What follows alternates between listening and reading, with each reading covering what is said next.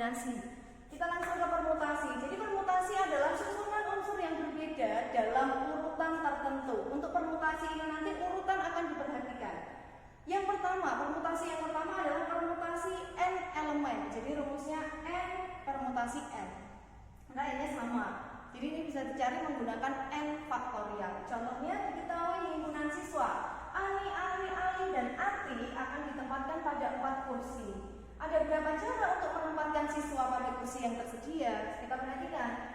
Jumlah siswanya ada 4. Kursinya juga ada 4. Berarti kita menggunakan permutasi n elemen, NPN, atau 4P4, atau sama dengan 4 faktorial. Bagaimana mencari 4 faktorial? Berarti kita harus mengalihkan mundur, sama dengan 4 kali 3 kali 2 kali 1 sama dengan 24. Kemudian permutasi yang kedua adalah permutasi R elemen dari N elemen, NPR. NPR sama dengan N faktorial dibagi dengan N dikurangi R faktorial, di mana R kurang dari sama dengan N. Contohnya, ada berapa cara berbeda jika kita akan menyusun 4 buah buku dari 7 buku ke dalam rak buku. Nah, kita bisa perhatikan, di sini ada perbedaan. Ada 4 buah buku yang akan disusun dari 7 buku yang tersedia. Yang akan kita gunakan berarti NPR. N-nya berapa?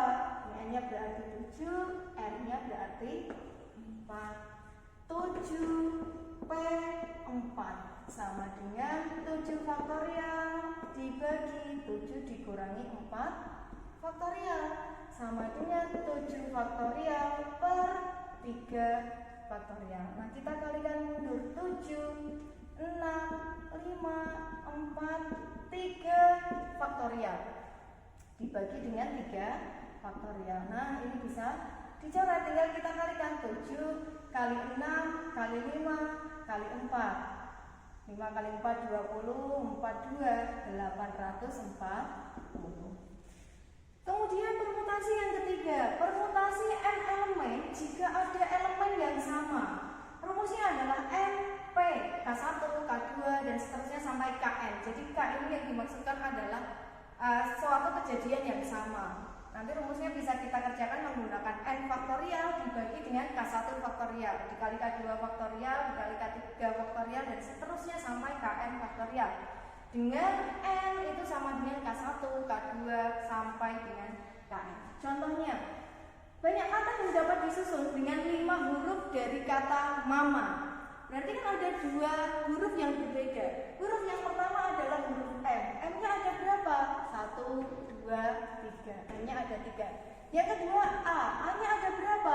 A-nya ada 2. Berarti kita bisa menggunakan permutasi dengan elemen menggunakan jika ada elemen yang sama. Jumlah katanya ini kan ada berapa? 5. Total hurufnya ini ada 5. 5P3,2.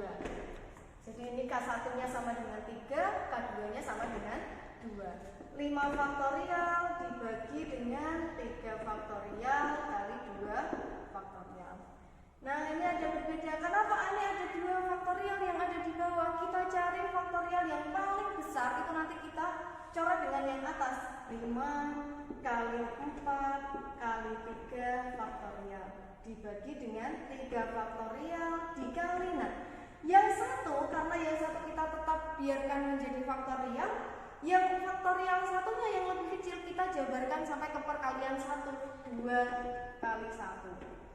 Seperti ini baru bisa kita coret. Nih, 2 sama dengan 10. Yang keempat adalah permutasi siklis. Permutasi siklis itu adalah permutasi melingkar dengan rumus n-1 faktorial. Contohnya suatu panitia beranggotakan 5 orang yang akan rapat mengelilingi meja bundar. Ada berapa cara mereka menempati kursi yang tersedia? Karena meja bundar ini kan pasti mereka akan duduk secara melingkar. Jadi kita bisa mencari menggunakan permutasi siklis P sama dengan 5 min 1